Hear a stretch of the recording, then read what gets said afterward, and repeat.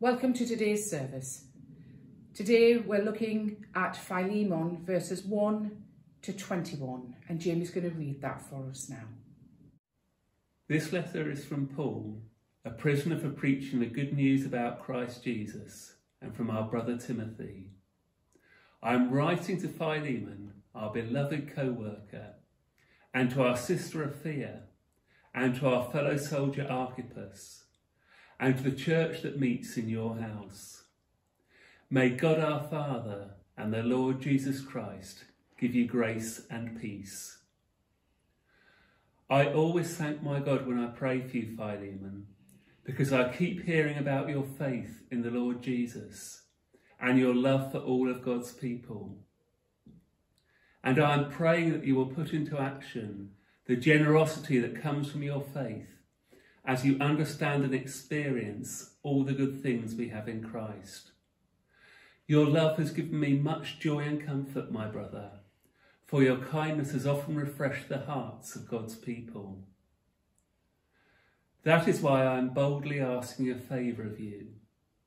I could demand it in the name of Christ, because it is the right thing for you to do. But because of our love, I prefer simply to ask you. Consider this as a request from me, Paul, an old man, and now a prisoner for the sake of Christ Jesus. I appeal to you to show kindness to my child, Onesimus. I became his father in the faith while here in prison. Onesimus hasn't been of much use to you in the past, but now he is very useful to both of us. I am sending him back to you, and with him comes my own heart. I wanted to keep him here with me while I am in these chains for preaching the good news, and he would have helped me on your behalf. But I didn't want to do anything without your consent. I wanted you to help because you are willing, not because you were forced.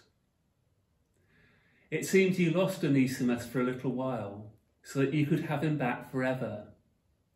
He is no longer like a slave to you. He is more than a slave, for he is a beloved brother, especially to me. Now he will mean much more to you, both as a man and as a brother in the Lord. So if you consider me your partner, welcome him as you would welcome me. If he has wronged you in any way or owes you anything, charge it to me. I, Paul, write this with my own hand. I will repay it. And I won't mention that you owe me your very soul. Yes, my brother, please do me this favour for the Lord's sake. Give me this encouragement in Christ. I am confident as I write this letter that you will do what I ask, and even more. One more thing. Please prepare a guest room for me, for I'm hoping that God will answer your prayers and let me return to you soon. This is the word of the Lord. Thanks be to God. Today we're looking at an entire book of the Bible in just a few minutes. It's okay though, you've already heard all of it. Well, most of it. You heard 21 out of the 25 verses that make up Paul's letter to Philemon. Philemon is one of those little one-chapter books that we have in the Bible. There are 5 of them. Obadiah in the Old Testament, Philemon, 2 John, 3 John and Jude in the New Testament. Now, even though Philemon is a very short book, there's a lot in there. And this letter from Paul tells us a lot about how Christians deal with each other. It tells us about grace, about mercy, kindness and forgiveness. Its message is that the power of God transforms relationships. There are 3 main people in this book: Paul, Philemon and Onesimus. Of course, the one we know most about is Paul. He started his life as Saul. He was a violent persecutor of the church. But then the Lord called Paul and he went from being a persecutor to a preacher, from an enemy of the gospel to a champion of it. The greatest preacher, teacher, theologian and missionary the church has ever known. The gospel made such a big change in Paul's life that he himself was willing to be persecuted for the sake of Christ. And so, after many years of missionary journeys all around the Mediterranean world, which had already involved persecutions, shipwrecks and beatings, Paul was arrested and taken to Rome to be imprisoned. And it was from Rome that he wrote his letter to Philemon. Although under house arrest, Paul was able to receive visitors, and one person who had visited him was Onesimus. And Onesimus had come to Rome from Colossae, a city in Western Asia Minor, which is modern-day Turkey today. Only Onesimus had not come to Rome on business or on holiday or anything like that, but he was a runaway. He was a slave who had run away from Colossae and gone all the way to Rome. A slave at the time of the Bible meant something slightly different to what we think of as slaves today. A slave wouldn't necessarily be a slave for life, and he wouldn't necessarily be harshly treated. If a slave proved to be trustworthy, he would be given a lot of responsibility, and eventually he could win his freedom. But if a slave disobeyed his master or ran away and was caught, then he knew he would be punished. So Onesimus was in great danger when he came to see Paul. But as a result of the visit, he came as a Christian, and Paul became his spiritual father. That's why Paul refers to him as my child Onesimus, whose father I became in my imprisonment. But now what would happen to Onesimus? He was a Christian and he'd been staying in Rome, but his home was in Colossae. How could he go back? He was a runaway slave, remember. What would his master do to him if he came back to town? Well, it just so happens that his master back in Colossae was this other man, Philemon. And Philemon was a Christian. In fact, Philemon was a Christian through the ministry of Paul. Paul really got around, didn't he? He shared the gospel wherever he went. So Paul was in a good position to appeal to Philemon on Onesimus's behalf. Paul is relying on the power of the gospel to transform the relationship between Philemon and Onesimus. Paul writes that he wants Philemon to have Onesimus back, no longer as a bondservant, but more than a bondservant, as a beloved brother. Paul, by rights, could have ordered Philemon to do what he says, but instead, Paul appeals to Philemon in a spirit of gentle persuasion, so that Philemon, of his own volition, would let love and forgiveness direct his actions. So we see here in this letter how the gospel transforms relationships. The relationship of Paul to Onesimus, that of spiritual father and child, the relationship of Paul to Philemon. Paul appealing to him as a brother rather than ordering him as a superior, and hoping for a new relationship between Philemon and Onesimus. Between Philemon and Onesimus. Brother to brother, not master to slave. So what empowered those transformed relationships was the gospel of Jesus. And that is the same power that can transform the relationships that we have in our lives today.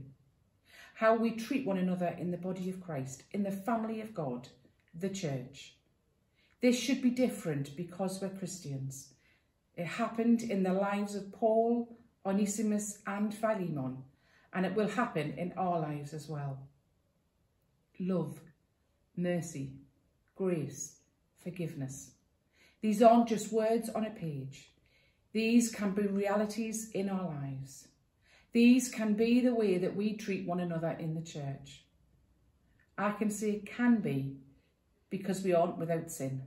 We're not perfect people. We do hurt one another from time to time. But we also know the reality of forgiveness.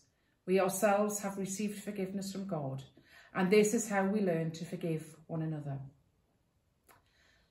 And so you can see in the way that Paul writes to Philemon, the love and grace that Paul has learned from Christ. It's demonstrated in how Paul appeals to Onesimus. Jesus is our advocate before the Father, like Paul was an advocate for Onesimus. Paul is simply putting into practice the love he learned from Christ. And like Jesus, Paul is prepared for that love to be costly.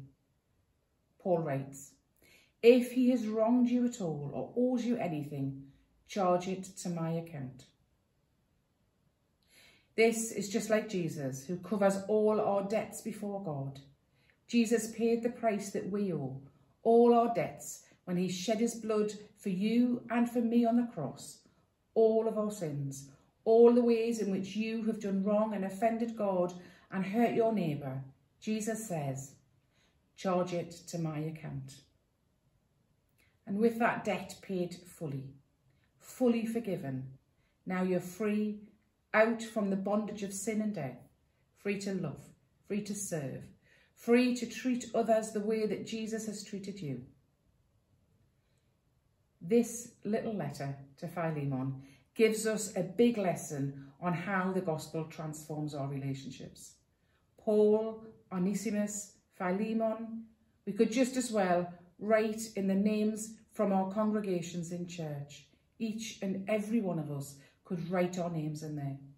So what are the types of relationships that we want with others who, like us, have been set free by God's grace?